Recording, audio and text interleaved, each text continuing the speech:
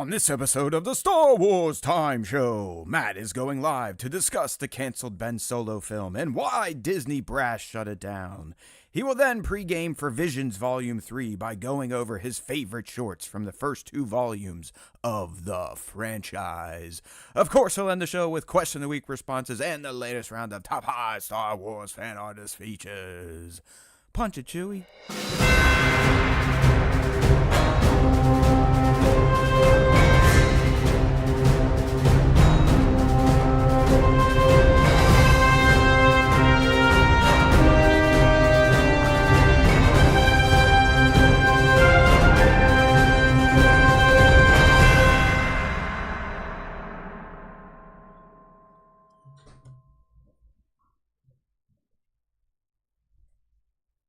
Hey now, everybody! Welcome back to the Star Wars Time Show. It's a live show this week. Just me. You'll be okay. Do not worry. I'm trying to figure out how to turn off all these damn screens. We'll get there at some point in time. There we go. Hey there, Kramer. Good to see you out there in the live stream chat. That's right. We are live this week. And by we, I mean myself and the mouse in my pocket and my freshly shaved face because I don't know how to use my clippers anymore. How's it going? Let me get my ears in. We're remodeling the kitchen these days and the guys are still working, so it's loud and I am definitely slightly distracted. So hopefully you all are doing good. It's always great to be live with everybody. And we got plenty of Star Wars to talk today. I mean, we've got some pre-gaming for Visions. That released today, Visions Volume 3, that is. We've got some stories to talk about. A canceled Ben Solo. Qimir's future, if Acolyte was able to continue. So we got plenty of Star Wars to discuss on this episode of the Star Wars Time Show. And as we know, there is always time for Star Wars Time. So it's good to be here, good to be back. Hopefully you checked out last week's episode where Nick and I finished analyzing, bitching, moaning, whining, whatever you want to call it, Empire Magazine's top 50 Star Wars characters of all time. Look at that, Kramer. You got your little baby Vader cat next to your name. And if you don't know what I'm talking about, people, that's because Kramer just became a channel member last week. So one of his perks is to get the Vader cat next to his name, and he will have access to special emojis like Tic Tac Thrawn or Darth Zeno. Don't ask. Just check out channel memberships right here, down below this video. Join, all that fun stuff. Even if you don't want to join, we would love for you to become a subscriber of the channel, if you know what I mean. All right, so if you're new here, the way we do things is we typically start with a little Ask Us Anything, so I'm going to do that. Then I've got a movie to discuss, and then we will get into our Star Wars topics. Speaking of the movie I need to discuss, I got to pull up a graphic for it real quick. The Bruce Springsteen movie. I don't know if anyone is a fan of The Boss, but I went and checked it out this weekend and quite enjoyed it. So that's not a good picture. Let's try this one. Here we go. Get an image rocking here. Oh, that's not going to work. Let's try this one. Open image in new tab. There we go. That's what we wanted. Hey there, Brucey. Or should we say Road to the Hut, right? Jeremy Allen White playing Bruce Springsteen and Jabba the Hutt's son these days. So kudos to him. Anyways, let's go ahead and flip screens over and check out this week's Ask Us Anything. Kramer, I don't know what video you're talking about, but I'll look after the show if you know what I mean. Where's everyone else? Why is it dead right now? Come on, this is live. There should be more people in here chatting away. Let's go, people. You're making me feel bad about myself. Why am I doing this stuff? You know what I mean? Like, why do I do this? I could be like Nick and do it 2 days a month. Just Monday, skip a week, do it another Monday, wham, bam, thank you, man, and we good to go. All right. Anyways, this stream ain't starting so hot. It doesn't seem anyone is here. But Kramer, we're not even having Strange walk in through the vertical feed, which is quite concerning. I don't know. Like, hey, our channel's usually dead. Who cares? I'm not here to bitch about it. So let's get down to it. Maybe it'll just be a quicker show since I'm mostly talking to myself and my man Kramer here. All right, well, let me go ahead and pull up the Ask Us Anything questions this week. There were a few of them. Some are a little long to read, so we'll see how that kind of plays out. But I'm always willing to answer questions from the fan. You just got to be paying attention to our social networks, be it Instagram, YouTube, Discord, which we have an open link down here in this video's description if you want to join that community. But we typically put the prompt out on Mondays. All you have to do is find it, reply, and then we will answer your questions. So let me see if I can get this screen switched up here. Okay, it worked there. It did not work down here, which is always cool. Thanks. Thanks, OBS. I love you. All right, so the first question here is coming from Tanish Q NGR, asking for Ask Us Anything. Hey there, Dank Fair. Good to see you, man. Yeah, well, I'll be talking about the Ben Solo stuff here in a little bit, but good to see you in the chat. You made the top 5 this week, so we're also going to be talking about that. But anyways, let's get to Tanish Q NGR's question here. They're asking why prequels are so loved when they have very, very terrible writing and screenplay. For me, Phantom Menace and Attack of the Clones are not better than Force Awakens. Not saying that sequels are good or anything, but they are very comparable. And ironically, people that like prequels that have one good movie hate on Andor and Rogue One, which both have fantastic writing and acting performances and are critically acclaimed. I need to understand now. Well, let me try to understand you, Tanish there. It's Star Wars has become very generational. In fact, I suggest you check out this book that's coming out soon. I'm having the author on, I think the next time I'm live, so mid-November. But he wrote a book called essentially Who Controls the Myth, and it's all about Star Wars and how George Lucas was kind of the maker, the creator. He got it up and running, but all these decades later, through the EU, Legends material, Disney buying it, fans creating things, it's like, who is in charge of the myth now? Is it still George? Well, he doesn't own it. He hasn't contributed to it really since the Clone Wars cartoon series. So back to Tanish here. It's very generational. And then you have tribes that form around either the original trilogy, the prequel trilogy, or now the newest one, the sequel trilogy. And like Tanish, I'm of the original trilogy generation. I'm old, right? The old guy that screams at clouds, that mantra that we roll around here. So when I first watched the prequels, I, like Tanish, was like, not the best, not what I expected. This isn't my type of Star Wars, you know? And then and we were beating up on the prequels and then beating up on the little kids that didn't like the prequels. Well, now the prequel generation, they're adults. They're in their 30s, late 20s. So they grew up with those movies as little kids. They watched them through the lens of a little kid. Therefore, they think they are amazing. Some people will tell me that the prequel trilogy is the only trilogy we need. It is the best trilogy of all time. And I digress on that point. I won't start screaming at you all for your prequel opinions. But the prequel generation, I agree, thanks to social media and just being younger than the original trilogy generation, they seem to be the loudest, but that doesn't always mean that they are correct or that their opinions should make you feel like yours are worth anything less. So I really think it's the generational approach to the Star Wars trilogies, tribes that form around the trilogies, and then the warfare that takes place between the tribes of each trilogy. But like I said, if you want this explained in more detail, you got to check out the book Who Owns the Myth, coming out soon. I'm giving Pete a bunch of free plugs right now, so hopefully he does well when we have him on the show here in a few weeks. All right, Tanish, hopefully that answered your question. All right, next one coming from our boy Phil, Nick's friend, the astronaut guy. Since it's Halloween week, better zombie movie, Dawn of the Dead or Shaun of the Dead?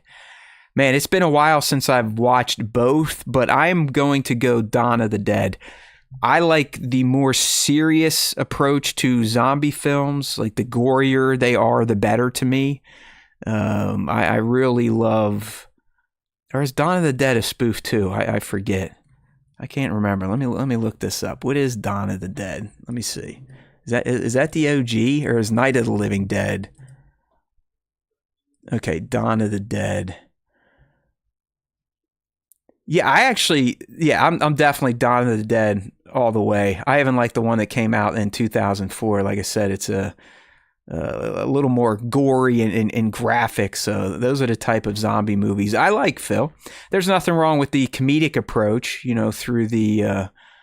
through Shaun of the Dead and stuff like that. But I like the more serious, dire feeling type of zombie flicks, if you catch my drift.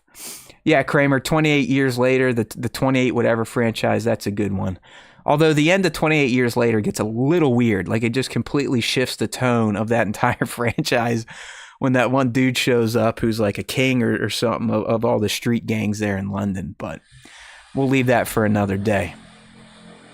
All right, next question here coming from James M. 2022. Should Ben Solo have his own animated spin-off anthology? Well, I'll talk more about Ben Solo here in a little bit. Sorry if you can hear that construction going on. I'm sure it sounds awesome. But I do think an animated spin-off is better for Ben Solo than what was being planned and eventually canceled by Bob Iger at Disney. I think this animated version of Ben, you could approach him throughout multiple stages of his life, because you wouldn't have to worry about finding a young Adam Driver lookalike if you wanted to show his past with Mom Leia and Dad Han. So yeah, I think an animated anthology of young Ben, his fall to the dark side, would be what I would ask for if we were going to do anything else with Ben Solo. So James, I do think there should be a Ben Solo animated spinoff. But instead of it being set post-Tross, it should be a prequel. Let's see how he was as a kid, how he interacted with Chewbacca, the family best friend / his first friend, maybe his perceived pet friend, his early training with Uncle Luke, going on missions with Uncle Luke. I mean, some of this has been covered in comics, but I would definitely dig seeing it in animation. Kind of like what Dank Ferrick is saying here. Francisco Cosio 1319. Yeah, I mean, just like how the Clone Wars helped expand upon Anakin and really helped me come to terms with the prequels and Anakin's fall, I think an animated Ben Solo anthology, or just hell, an animated sequels anthology would be nice.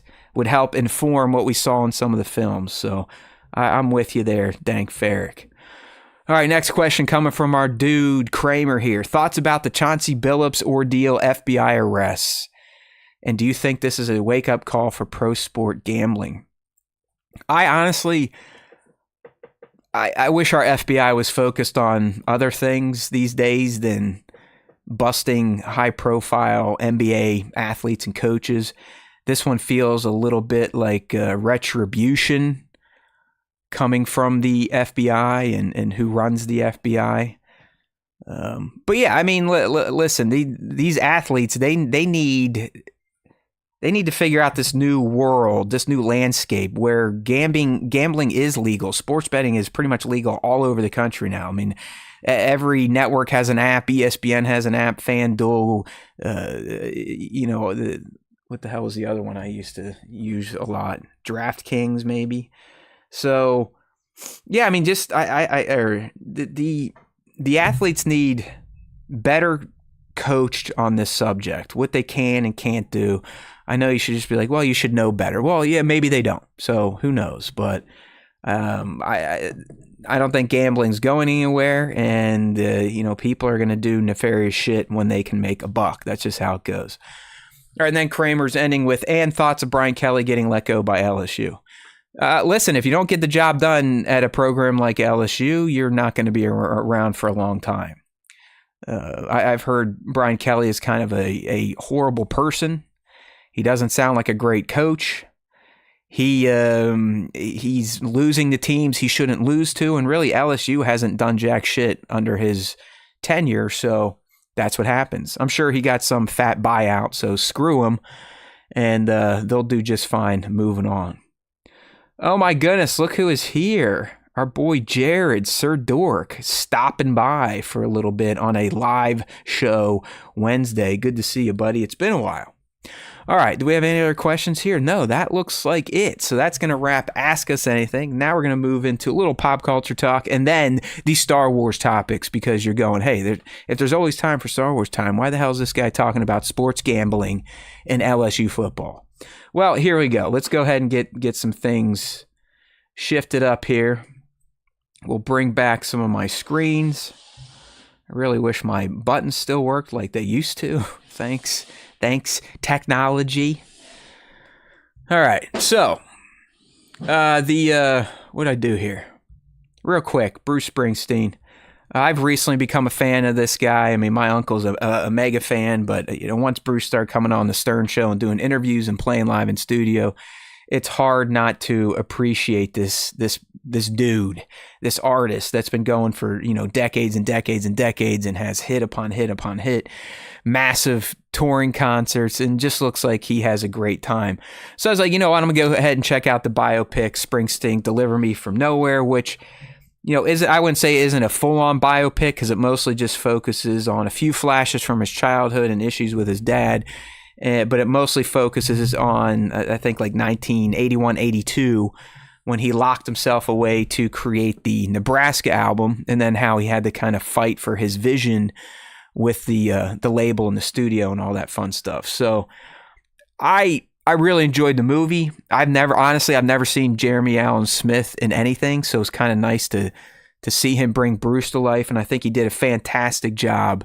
And I can't wait to see what he does with Rhoda the Hutt in The Mandalorian and Grogu now, because the dude definitely seems like a top-tier type of actor.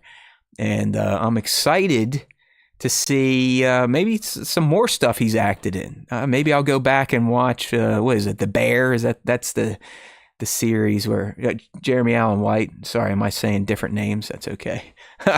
So we'll see. Maybe I'll go back and watch that series at some point in time, because he was pretty fantastic in this Bruce movie, and the movie itself also is pretty good. So if you dig Springsteen, or you just like music, creation of songs in general, I think you will dig this film.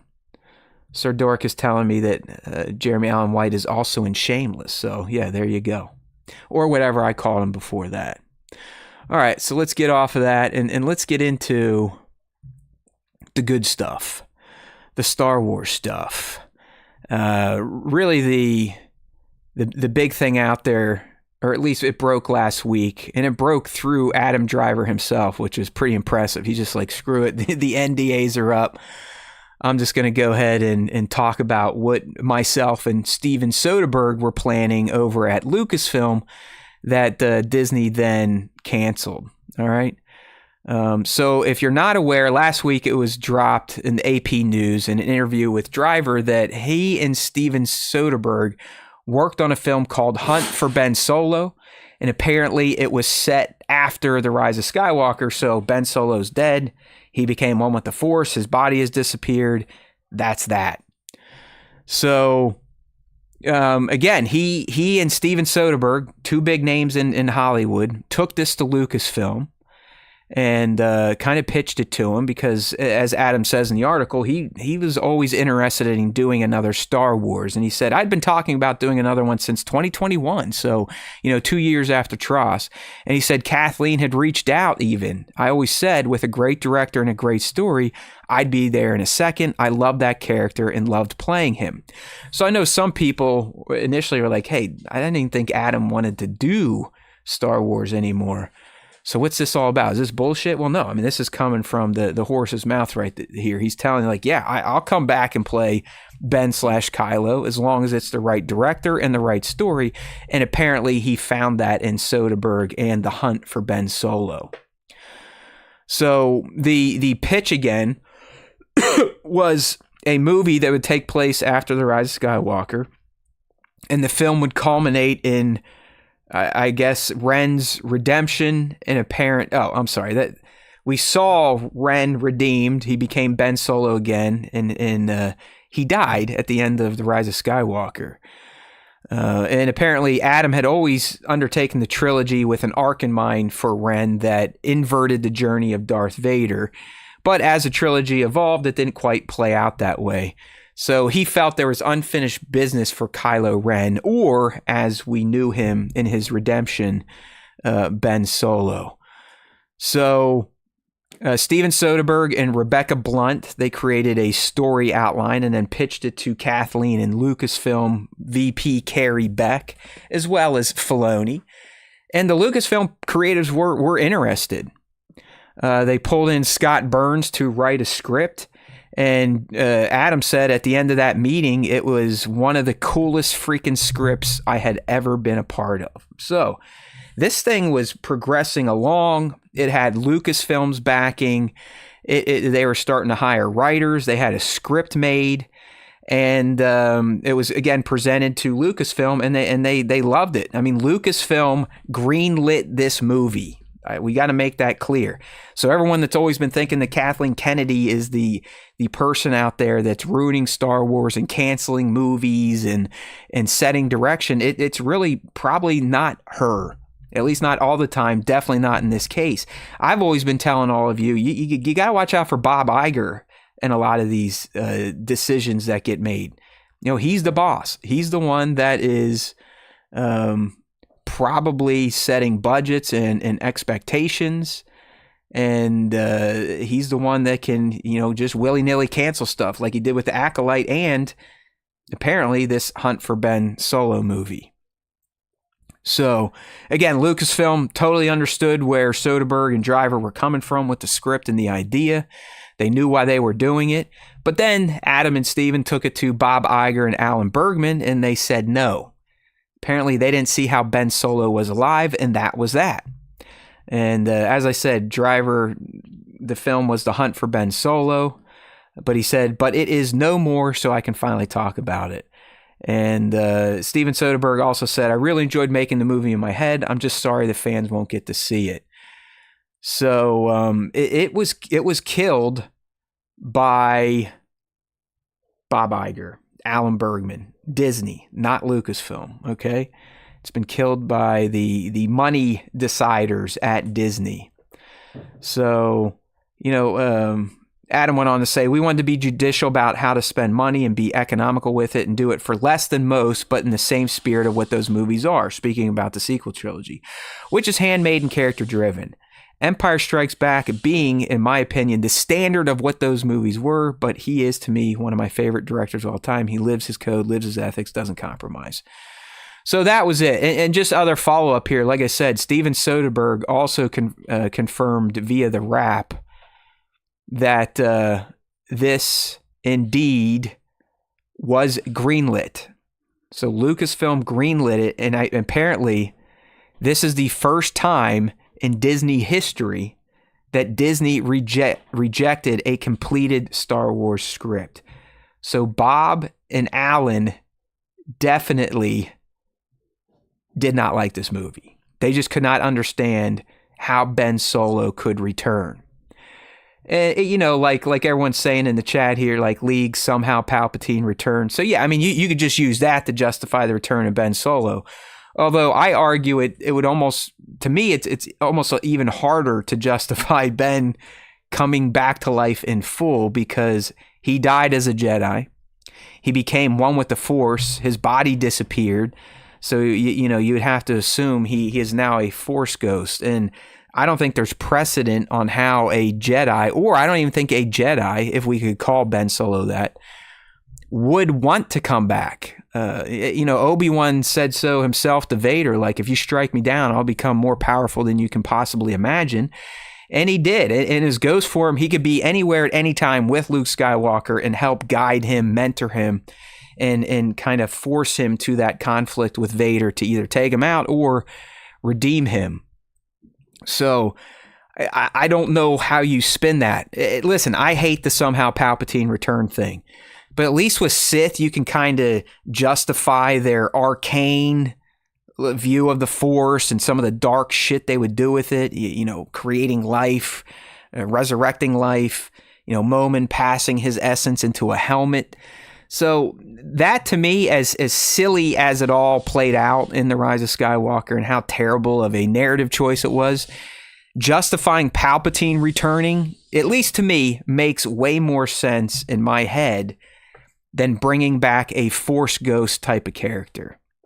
So that's why I was saying earlier when we got the question during Ask Us Anything, like, hey, should Ben Solo get his own animated anthology? And I'm like, yeah, hell yes. Give the whole damn sequel trilogy and its narratives and its characters an animated anthology, kind of like we got the Clone Wars for the prequels.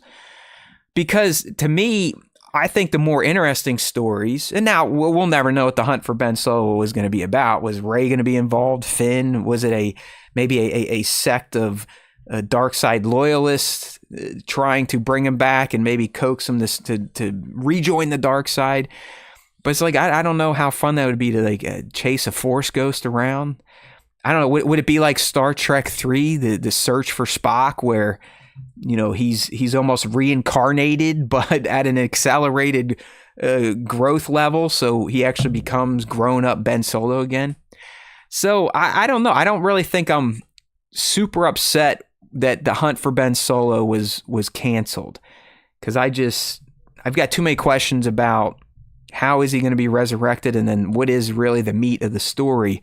To me, I think seeing younger Ben Solo and how he interacted with his family, what led him down the dark side, his exchanges with his uncles, his mission with his uncle, that's the stuff, to me, that would be more exciting for Ben Solo. So it is what it is. The fact that, him and Steven are so open to talk about it lets you know that, yeah, this project is dead.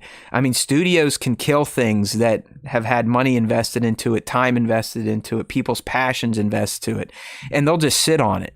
Because technically Lucasfilm is Disney. Disney told Lucasfilm, no, we're not doing it. It's canceled. But Disney still technically owns the rights to it. So they can sit on it, they can bury it, they can melt it, and it can never be recreated again unless they decide to sell it to another studio. So that is that for the hunt for Ben Solo.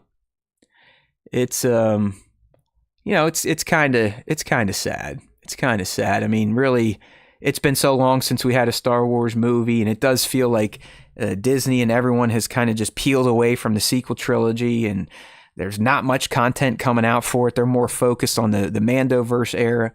So that would have been cool to kind of get some new stuff set during the sequel era, but it doesn't seem to be the case, because Bob Iger said, no, we are not going to spend money on the hunt for Ben Solo. But as I segue into the next little Star Wars news bit, it's related. These stories are connected, because if you remember, Kylo had a last name, Ren. He was Kylo Ren. He was the leader of the Knights of Ren, kind of a sect of Force users who definitely leaned dark, but weren't Sith.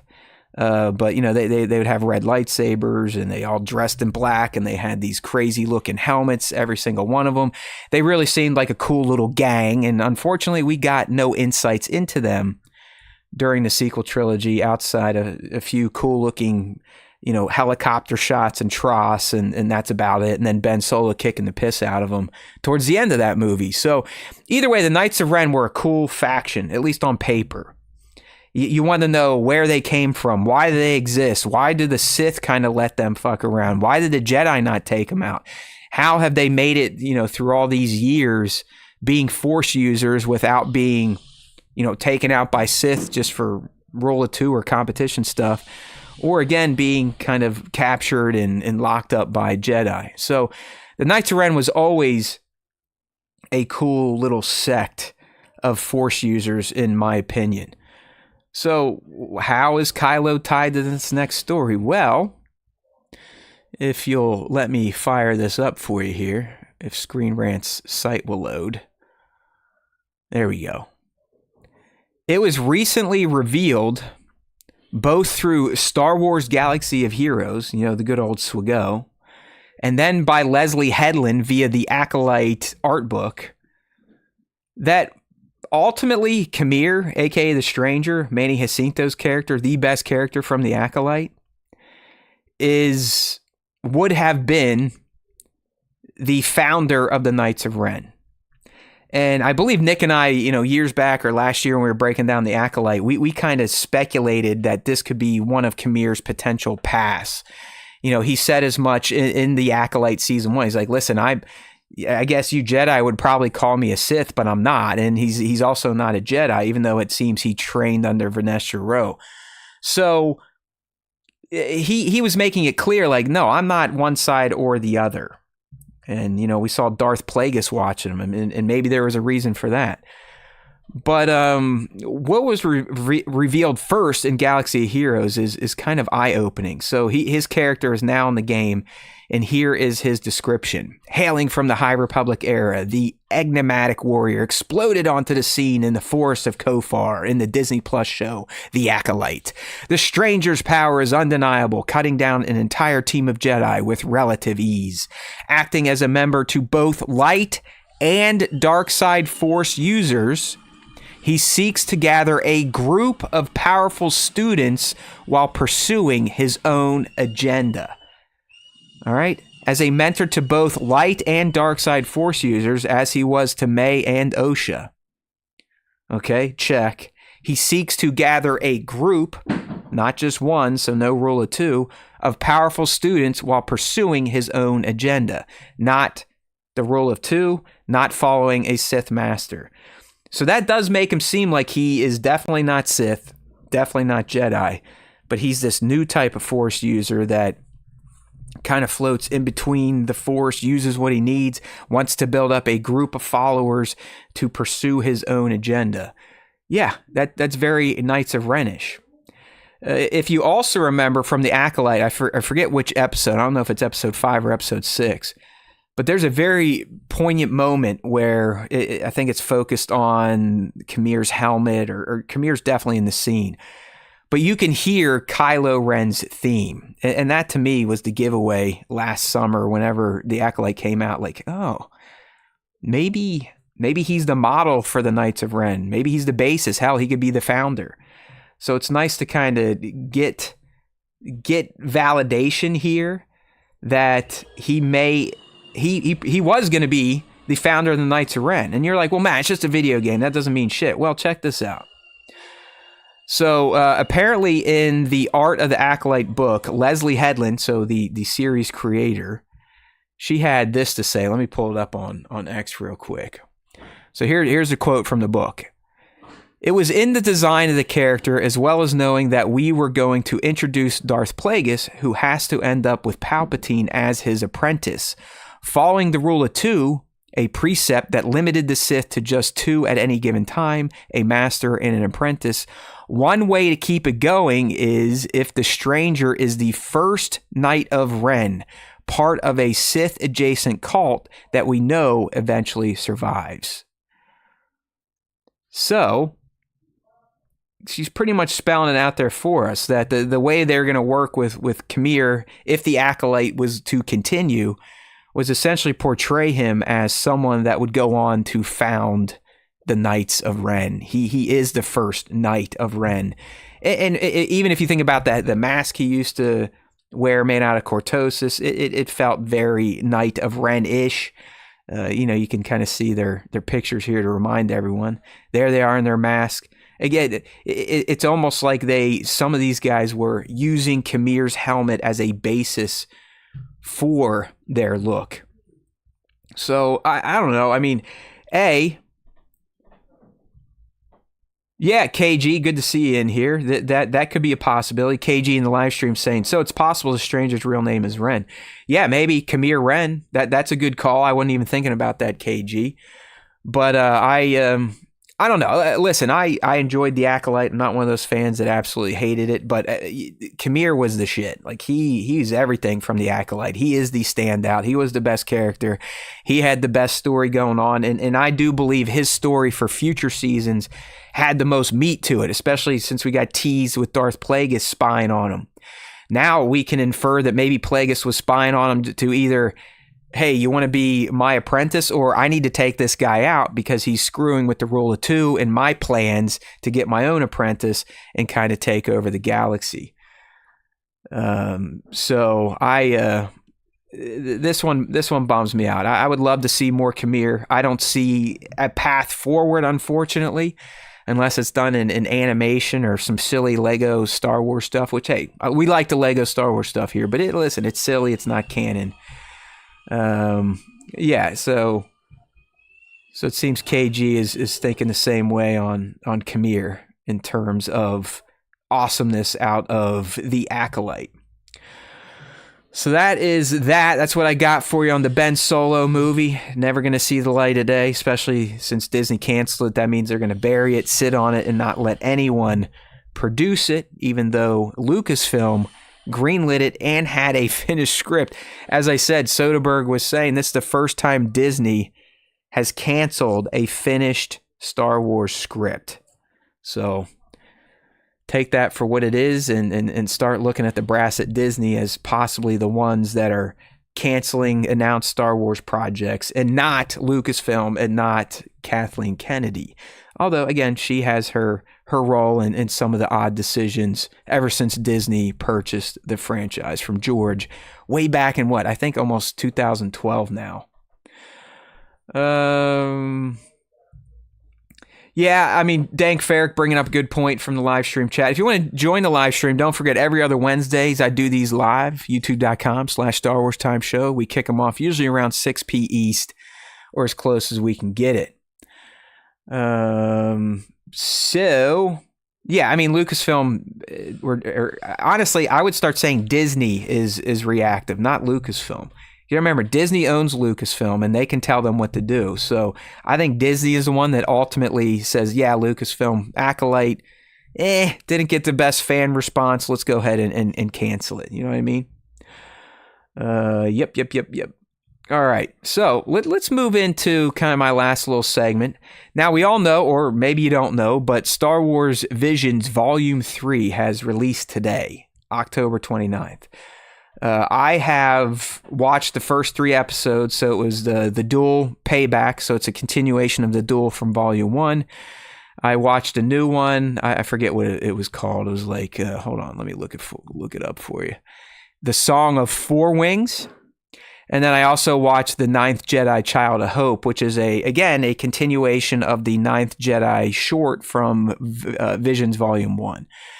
I'll tell you right now, all 3 of these are pretty damn good. Borderline great. I'm not going to say they're all excellent. Right now, I'd say the Duel Payback and the Ninth Jedi are standing out. And the Duel Payback, out of those 3, has been my favorite so far.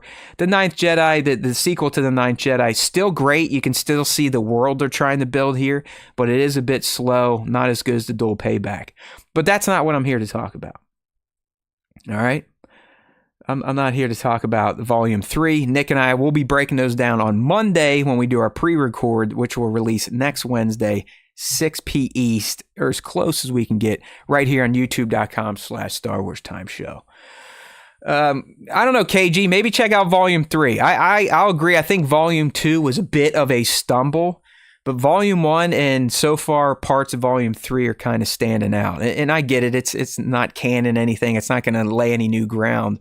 But I really like these visions that these Japanese anime studios have been coming up. Like, man, they incorporate so many cool little nods to Star Wars that I dig it. Plus, if you enjoy the kind of the over-the-top nature of anime, that pays off as well. But really, what I wanted to do, just let's pregame a little bit. And we're going to pregame by going through really my top 10 favorite Visions episodes from Volume 1 and Volume 2. So what I did here, I took my top 5 from each.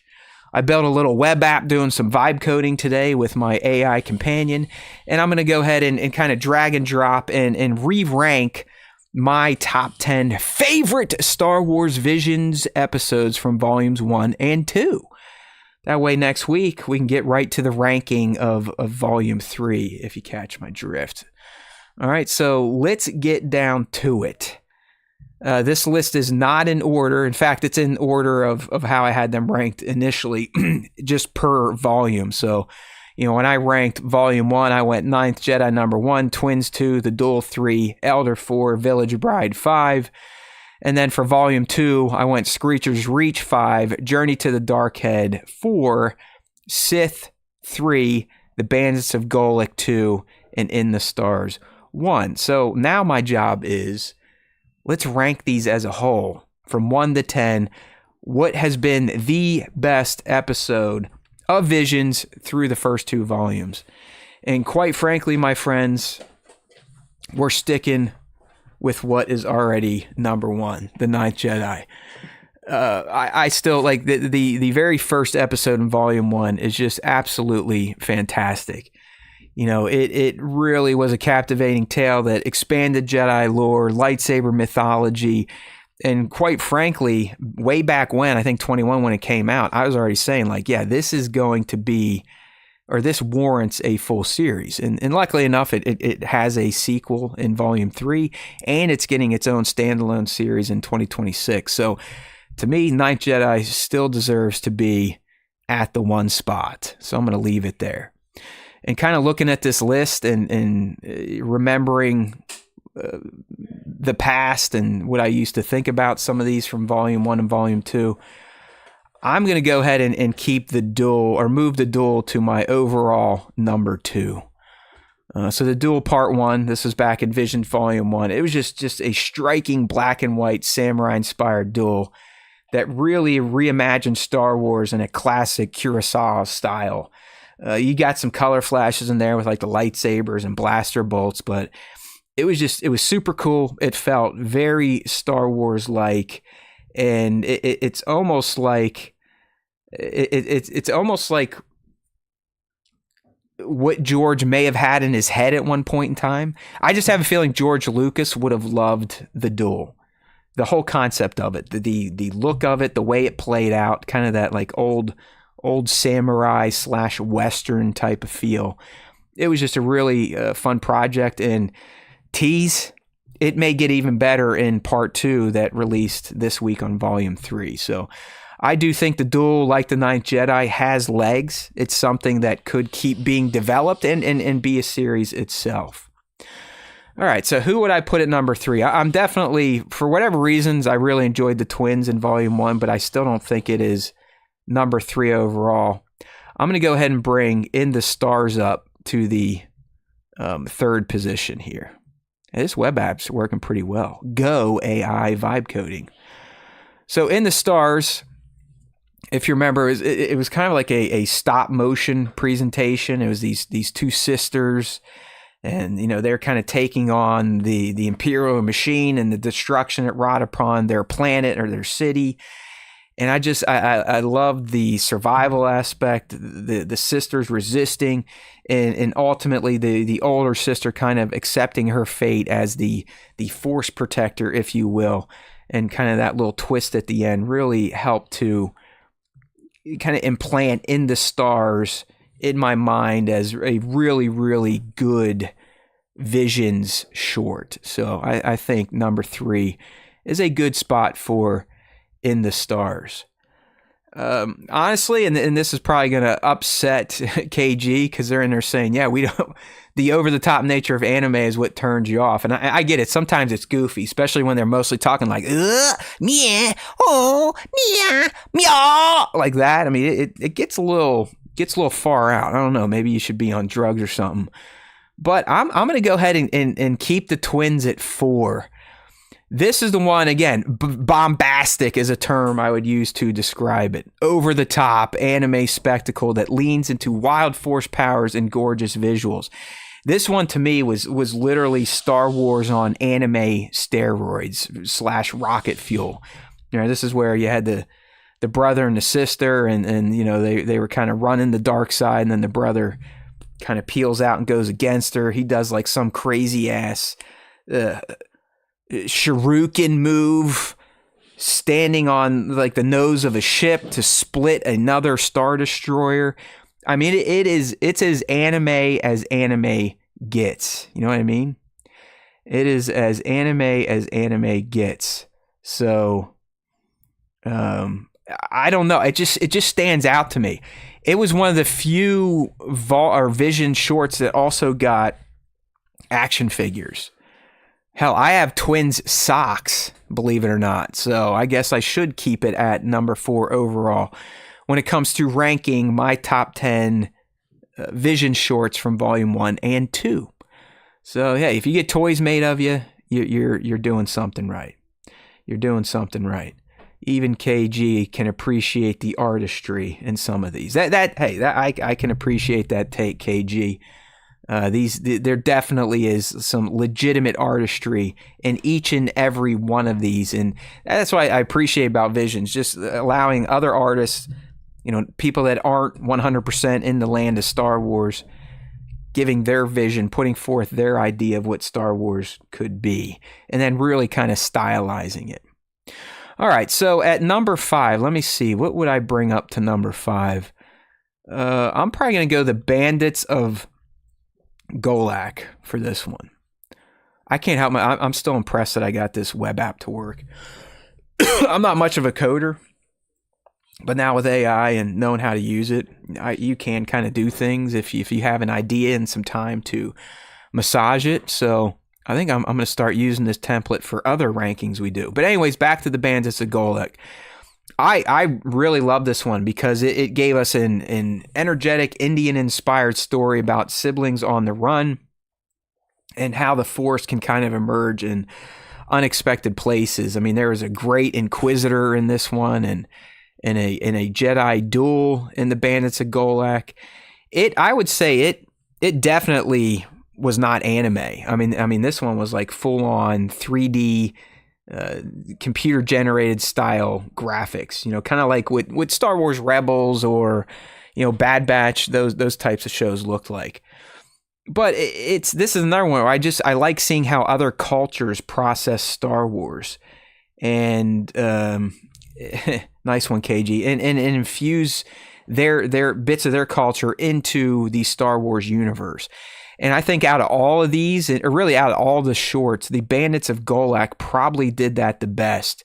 Really infusing, things about Indian heritage, how they dress, how they look, some of their customs, and but it still felt very Star Wars-like. I mean, it felt appropriate. It felt like it could be a planet or characters that would be ran into in like Star Wars Rebels or something like that.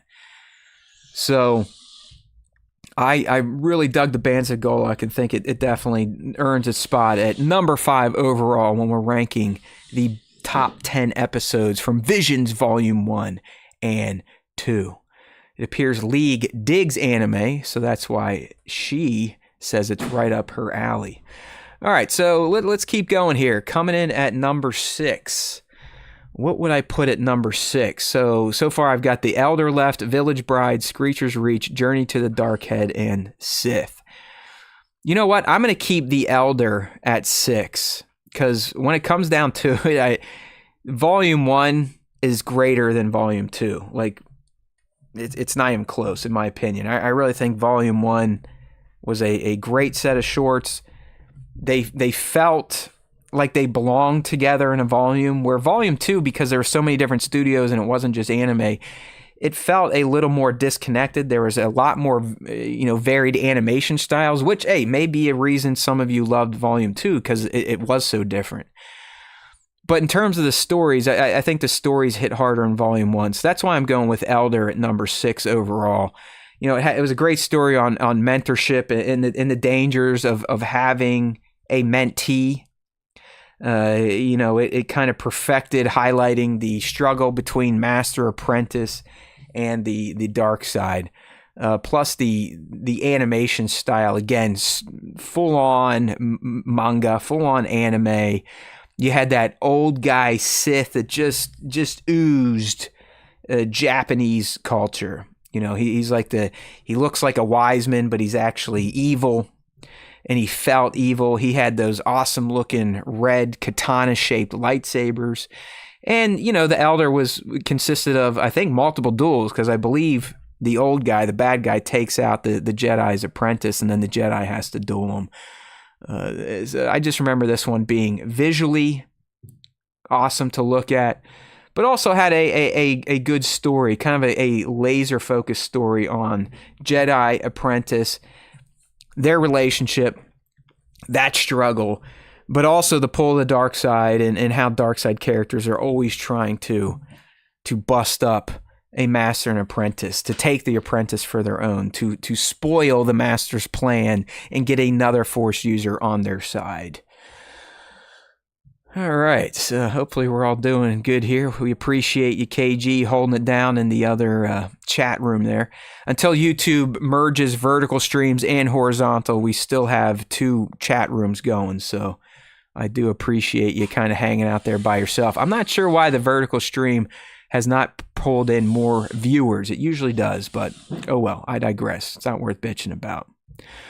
So, who's coming in at number 7? I think I'm going to go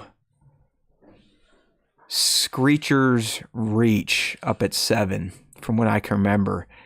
I really like this one. I mean, it featured a haunting story about ambition and the cost of freedom. Lots of like gothic type of atmosphere stuff, visuals, but it also had a great twist. If you remember, this is the one where you kind of have like this young Force user who's being pulled to, I think, like a cave, and the whole time you're made to believe that the light side of the Force is calling out to them. It's wanting to get their attention, to have them kind of take the will of the light and spread it across the galaxy. But at the very end, you learn that the voice calling to this young Force user was a Sith, a dark side user. So it really subverted your expectations while you're watching it, and you get to the end, you're like, what? This was a bad person, and now is this young Force user going to follow the dark? So it was a great little twist in an episode that was probably 20 minutes or less. So you got to appreciate when they can weave that level of narrative in such a short time. So Screecher's Reach, I do think, is worth the 7 overall spot when we're talking about the top 10 best Star Wars Vision shorts from Volume 1 and Volume 2. And I'll tell you what, based on my early viewing of Volume 3, there's definitely going to be at least 5 from Volume 3 that would make this list as well. We'll have to do a top 15 maybe next year or down the road. All right, let's keep re-ranking our Visions episodes. We got to flesh out 8, 9, and 10. I think I'm going to go ahead and keep 8, The Village Bride. I really like this one. Again, it had kind of a really flat 2D anime style. It was also it felt very, I hate to keep using it, anime-ish. There you go. How's that for a word? But it offered up a meditative reflection on tradition, sacrifice, and what it means to be a Jedi. Had a good duel in it. I believe it was a female lead. Not that it matters, but it's always nice to see Star Wars through different genders, different alien species. That's always cool. I always like new takes on Star Wars, which is why I like Visions and why I enjoyed the Village Bride. So I think we can keep that one at 8, leaving us with 2 more spots to fill. And luckily we have 2 more episodes to rank. So apparently my web app is still working.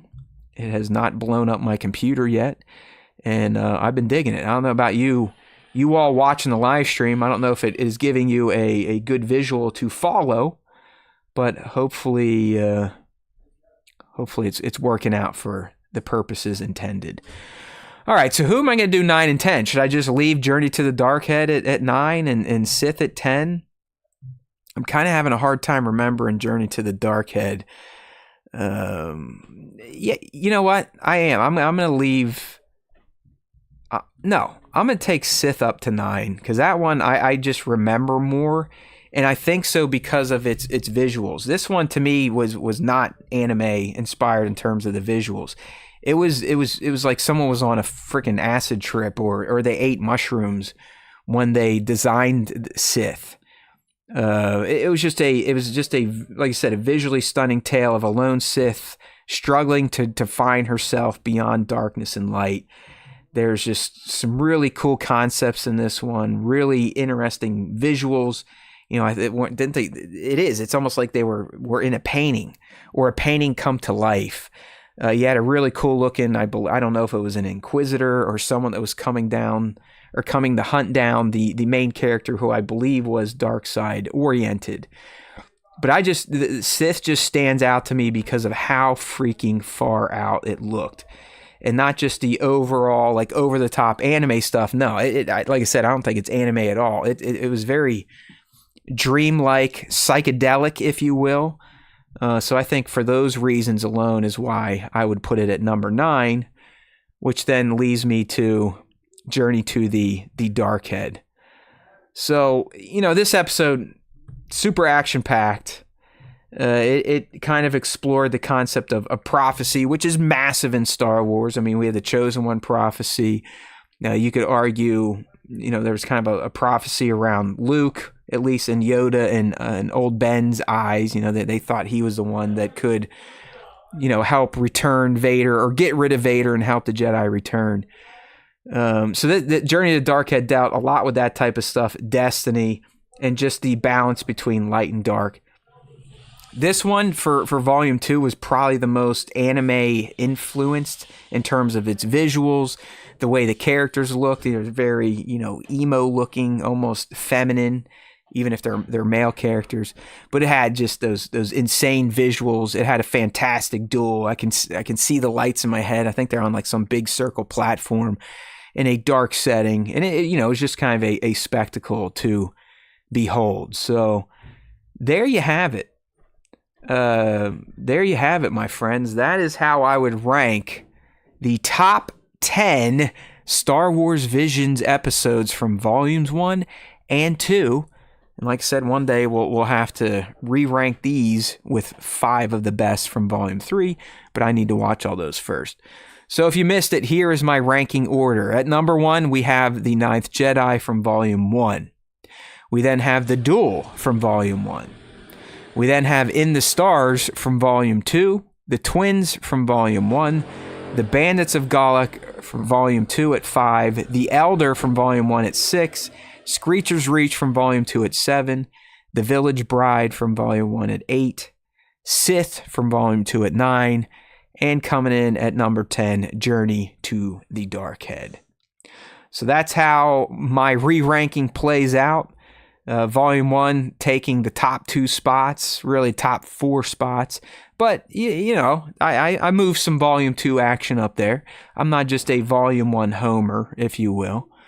So there we go. Hopefully everyone checks out Star Wars Visions Volume 3 before next Wednesday, because that's when our episode breaking down Volume 3, where myself and my co-host, Young Nick, who is not here for the Wednesdays lives, will do our own personal rankings and probably have some sort of setup like this where we'll drag them live and rank them live, hopefully, if I can keep the vibe coding vibes going.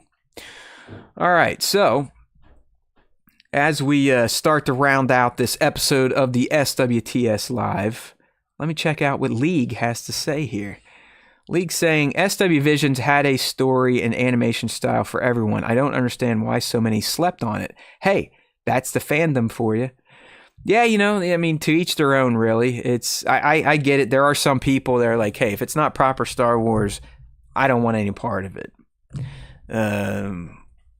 That's okay. I'm a fanboy, so I'm going to consume it all. Even if I don't like it, I'll consume it and let you know why I didn't like it. And it's very hard for me to not like something in Star Wars. I definitely do not get worked up and so intense and feel like my soul has been violated if I don't love something Star Wars. I'm always going to love at least a little bit. And that's enough for me, because there's always time for Star Wars time, as we say around the SWTS. All right, if you're new here, you know that we're going to go ahead and close out this episode with a dedicated fan segment. We do it every week, whether we're live or not. There's 2 ways to get involved. We've got the question of the week response that we post on our socials, so Instagram, Discord. Again, we've got an open Discord link in this description of this video. If you want to join up, come say hi, hang out with the likes of League and Kramer. Sometimes Sir Dork pops up in there. You never know.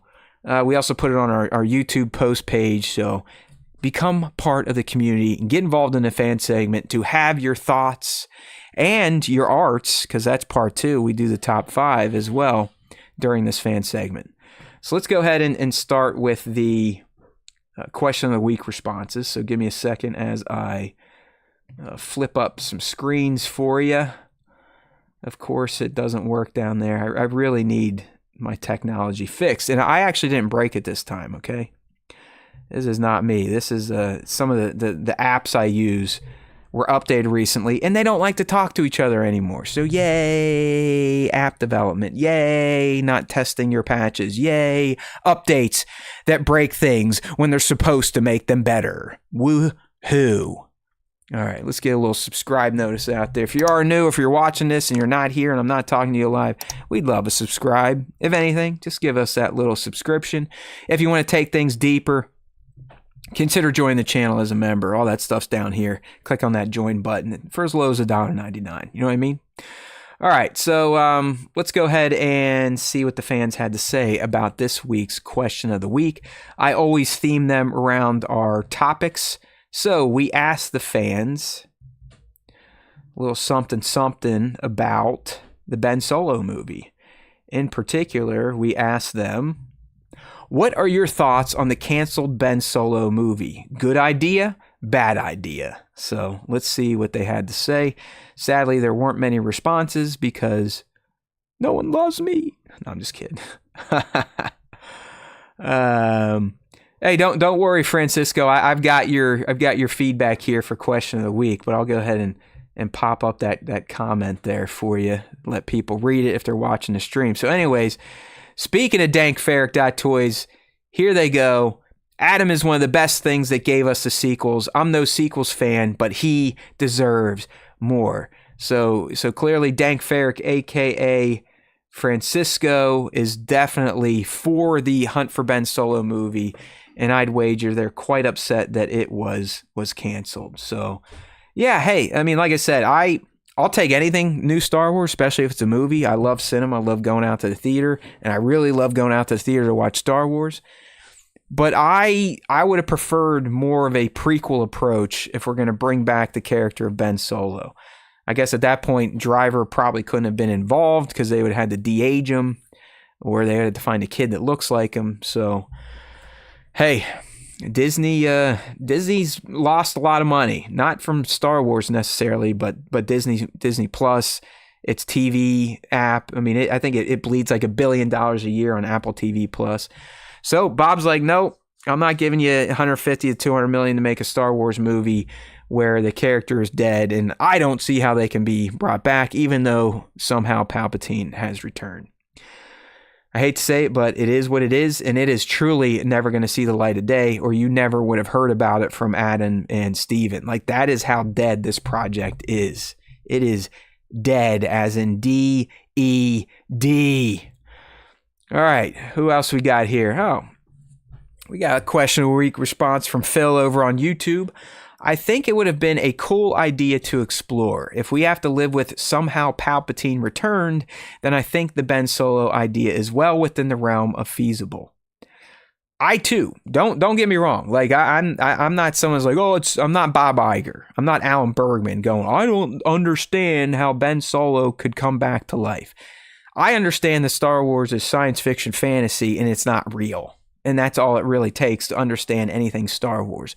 Anything fantastical in Star Wars. You just go, hey, guess what? It's not fucking real. I guess I get why, ultra rich people like Bob and Alan don't get that, because I don't think they live in reality. They're 1%ers more than likely. They don't really know what the hell's going on. They just control the purses, and all they care about are stock prices. They don't care about the art. They don't care about the stories being told. They don't probably really care about the artists telling them. So I'm with everyone. Hopefully I've made that clear. I would have taken the Hunt for Ben Solo movie as written by Steven and Adam. I just personally think there's more meat on the bone to tell a prequel story about characters like Ben Solo or even Rey or Poe or Finn. I think there's way more avenues to explore prequel wise than having a hunt for a supposed dead character. You know, who's hunting him? The Knights of Ren, Rey, some faction we don't know about. Why can't he just hang out with his mom and uncle as a Force ghost? That's the one thing. I mean, technically he died a Jedi / light side Force user, so he became one with the Force. I don't know how you come back. Where the Sith, they don't become one with the Force, but they transfer their essence into other objects. So as stupid as somehow Palpatine returned is and forever will be, I can see that through line better than resurrecting a character that became a Force ghost. Literally, their meat, their raw material is gone. They are an essence. They are a spirit. So who knows? Maybe he would have been like a Sith and infected another body, or maybe they put him in a robot. I have no idea, but sadly it doesn't matter because we're not getting it. Okay, so now we got a few more from our Instagram friends. First up, Toyverse Rick. I wish this movie could see the light of day someday. Well, it's not going to happen. I'm sorry. Like I said, the fact that we got people talking about it means that Disney has buried it. It's going nowhere, and it's never going to see the light of day. So it's not going to happen. Veer_Melior1 dodged a bullet. I thought Adam Driver was done with Star Wars. So clearly Veer was no fan of this project. But Veer, you should know, as quoted in the article, that Adam said he would always come back to Star Wars with the right conditions, which was a director and a great story. And apparently he felt like he had those in The Hunt for Ben Solo. All right, we got League of Extraordinary Sixers, and she's replying with a classic gif of our man Kylo Ren doing the more from The Last Jedi during the Battle of Crate. It's a great look there. I like the red laser eyes there, League. So clearly League is all about some more Ben Solo as well.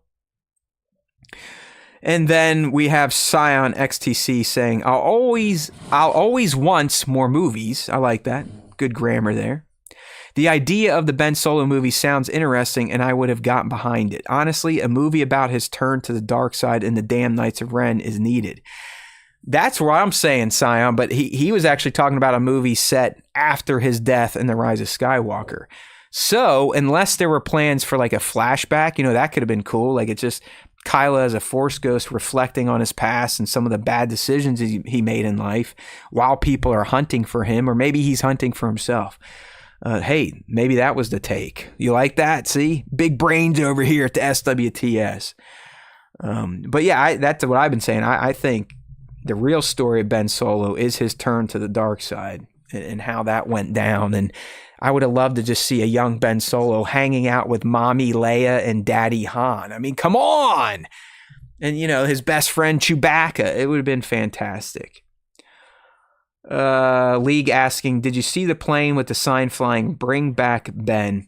I saw that. I saw stuff from Times Square. And honestly, League, I'll tell you right now, someone that deals with AI every day, both from a creative standpoint, a learning standpoint, a knowledge standpoint, and a teaching standpoint.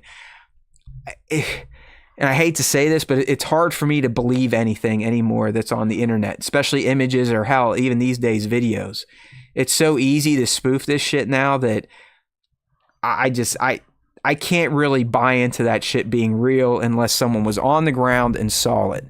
If someone was on the ground and saw the plane flying the banner to, keep Ben alive, or saw the sign in Times Square, let me know. Otherwise, I think it's just AI slop and internet fodder, if you will. All right. So that takes care of the question of the week responses. Now we're going to go ahead and shift into our final fan segment, and that is the top 5 Star Wars fan artist features of the week. The way to get involved here is purely over on Instagram. What you need to do is use the hashtag Star Wars Time Show, but more importantly, in anything you share, if it's art, if it's Star Wars related, we want to see it. Make sure to do ad tag at StarWarsTime.show. From those tagged shots, myself or Nick will choose our top 5 favorite creations from you fan artists of the week. All right. Well, since Nick's not here, I'm doing the live. I did the picking. So let's see which ones I went with this week. Before I do that, I'm just going to make sure that this one thing is working, and then we'll get to it. All right, here we go. So first up in my top 5 for this week is from dankferric.toys. You know, Francisco's kind of been watching the live stream. Hopefully he's still here to be honored. But I absolutely love this shot. So let me explain it to you if you're not on the live stream or watching the video. We've got old Luke, so angry Luke, a.k.a. Jake Skywalker, on Acto. And he's looking very, he's reflecting. He's thinking. He feels like he's contemplating something. He's walking through moss. There's rocks. But what really sells this shot from dankferric.toys is the inclusion of his dad. Anakin is there as a Force ghost with his arm about to go around his son. And it's the way it's portrayed. It's as if Luke doesn't even know Anakin's there, which makes sense. If you think about this version of Luke, the Acto Luke, he shut himself off from the Force. So he would not sense his dad there with him. So I love this concept from Dankferric Toys. I think it's executed perfectly. It just, I don't know, it's a great like Skywalker family picture, if you will. It's just so cool. And it reminds me of some of the moments we got in the Ahsoka series where Anakin comes back as a ghost and starts mentoring her again, especially at the end there when she looks up and sees him watching over her. And that's exactly what he's doing here with his son, who is now an old man and looks way older than Anakin did when he ceased becoming Anakin and became Darth Vader. So I love this shot from dankferric.toys. Check them out over on Instagram and give them a follow. Yeah, here he goes. It's they're in the artist is in the live stream. They're saying Anakin is saying, "I'm here, son." So yeah, I got all that, Francisco. That's how well of a shot it is. It is a piece of art. Definitely dig your style. So check them out, dankferric.toys on Instagram. Next up, I figured why not? It is Halloween week over here in the States. We might as well pick a few shots that were themed for this holiday. And this one from Karen Kolsch on Instagram, KarinKoelschch, is awesome. The caption is ready for a Halloween party. And again, if you're not here, I'll try to describe it to you. But it is the kids from Skeleton Crew with SM-33 in their Halloween costumes. It is so awesome. I mean, you've got I forget their names already. Isn't that terrible? I remember Neil, but I already forget everyone else. Oh my God. How can I forget their names? I got to pull this up. I'm embarrassed. I even interviewed some of these people on the show. Oh man. Skeleton Crew. So much for me actually knowing my shit. All right, so I got SM-33. I had Neil. All right, KB. I forgot that. KB's looking good. We've got Wim, and then we've got Fern. All right, there we go. So KB, she's kind of got a bat necklace on.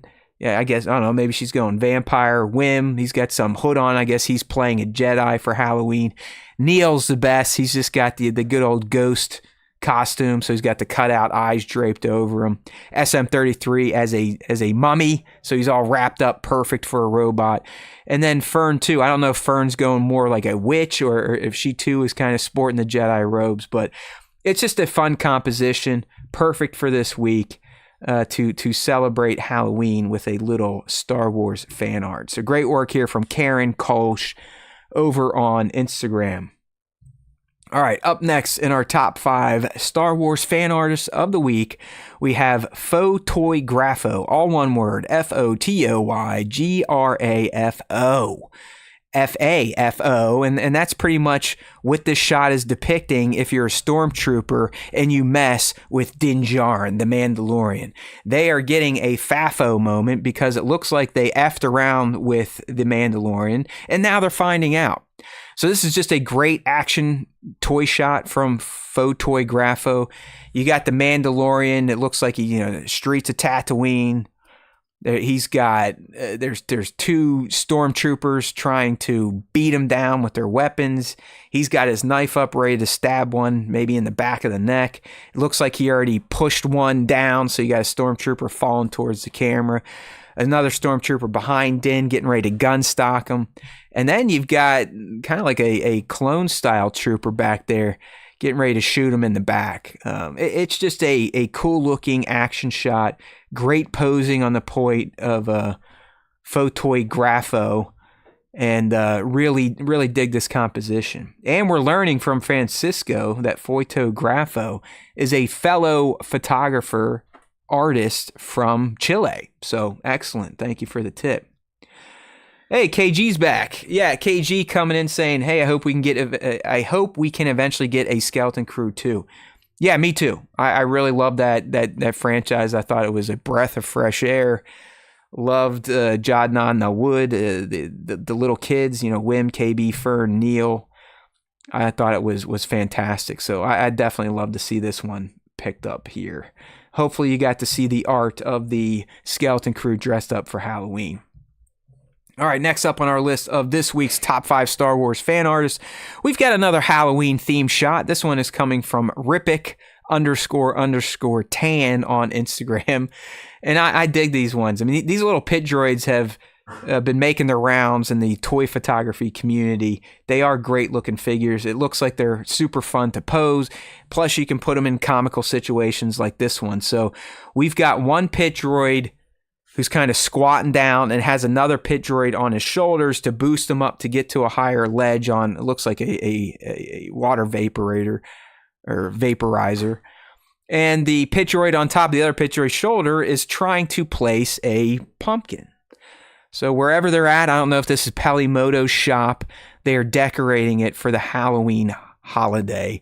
And it just looks great, man. I mean, these like I said, these pit droids are super cute, super fun. And the toy photography community is definitely having a field day with them. I'll never forget the one Karen Kolsch did maybe a month or two back where it was like a pit droid bathroom. You had one sitting on the toilet, one in the shower. They're just living life like the rest of us. So make sure to give Rippic __tan a follow on Instagram if you're not already doing so. Okay, and our last top 5 for this week comes from the Lego toy photographer master himself, Tong Wars, all one word, TONGWARS. What we've got here is it looks like Ki-Adi-Mundi squaring off against 3 chicken walkers or ATSTs. Again, these are all Legos, so Lego bricks. So you got 3 Lego ATSTs, one prominently in the center, 2 flanking. And then actually you've got Key facing them and he's blurred out. So the forced perspective is on the main chicken walker. And it's just like, it's like the little man against the world, David versus Goliath. It has those types of feels. And it's just great. I mean, Tong always does his photography outside. He has this great location that gets some amazing looking skies. This one has a little splash of sun, but also some great thick looking ominous clouds. There's a moon or a planet up in the sky. It's just, it's a well-composed shot. And the whole Lego aesthetic just gives it that extra charm, if you know what I mean. So make sure to give Tong Wars a follow over on Instagram. Yeah. I'm glad you appreciate that, KG. This is kind of one of our usual segments to end the show. We'll do question of the week and the top 5. So, hey, we got through question of the week. We got through top 5. We re-ranked Visions Volume 1 and 2, the 10 best episodes, to get you all ready for Volume 3, which is out now today, October 29th. So make sure you're watching those, because next week, this show will be premiering on Wednesday, 6 p.m. East, right here, same channel, same time, same place. It'll be a pre-record, but we'll have the instant premiere on so we can come in and chat. But on that episode, myself and young Nick, we will sit there and rank live the latest 9 shorts from Star Wars Visions Volume 3. So thanks as always for tuning in, my friends. If you are new here, like I said, we'd love you to consider subscribing to the channel. It's not going to cost you a thing. Or if you really liked what you saw or heard and you feel like I deserve a little bit of payment, a little bit of cachet, if you will, for what we do over here at the SWTS, consider becoming a channel member. Starts as low as $1.99, goes up to $9.99. You get various perks throughout, but the only perks that matter are the ones that League is displaying right now in the live stream. The Vader cat next to your name, and then the custom emojis, and she has used the golden Vader head statue. KG is saying, as a photographer myself, I'd love to get into toy photography, but I can't afford the toys. That is correct. These damn toys have gotten more expensive than ever. I'll tell you what, KG, one toy line never to collect are hot toys. Because while these things look absolutely amazing, they cost upwards of, $300. Thanks again for tuning in, Dank Ferrick. See you, brother. I'm glad you made the stream. We appreciate your support. Keep up the great looking art. League laying out all the membership emojis for everyone to see. Thanks for that assist there, League. I appreciate you. Just keep it going, man. Keep beating the SWTS drum for us. Let people know we do the shows on Wednesdays. Sometimes they're live, sometimes they're pre-recorded. But we're always here to chat with the fans and have a good time, because there is always time for Star Wars Time. And if you listen to the Star Wars Time show, or if you consume the Star Wars Time show's content, the Force will be with you. Always.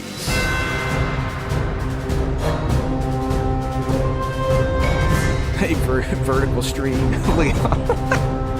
Oh, I wish these buttons would just start working again. See ya.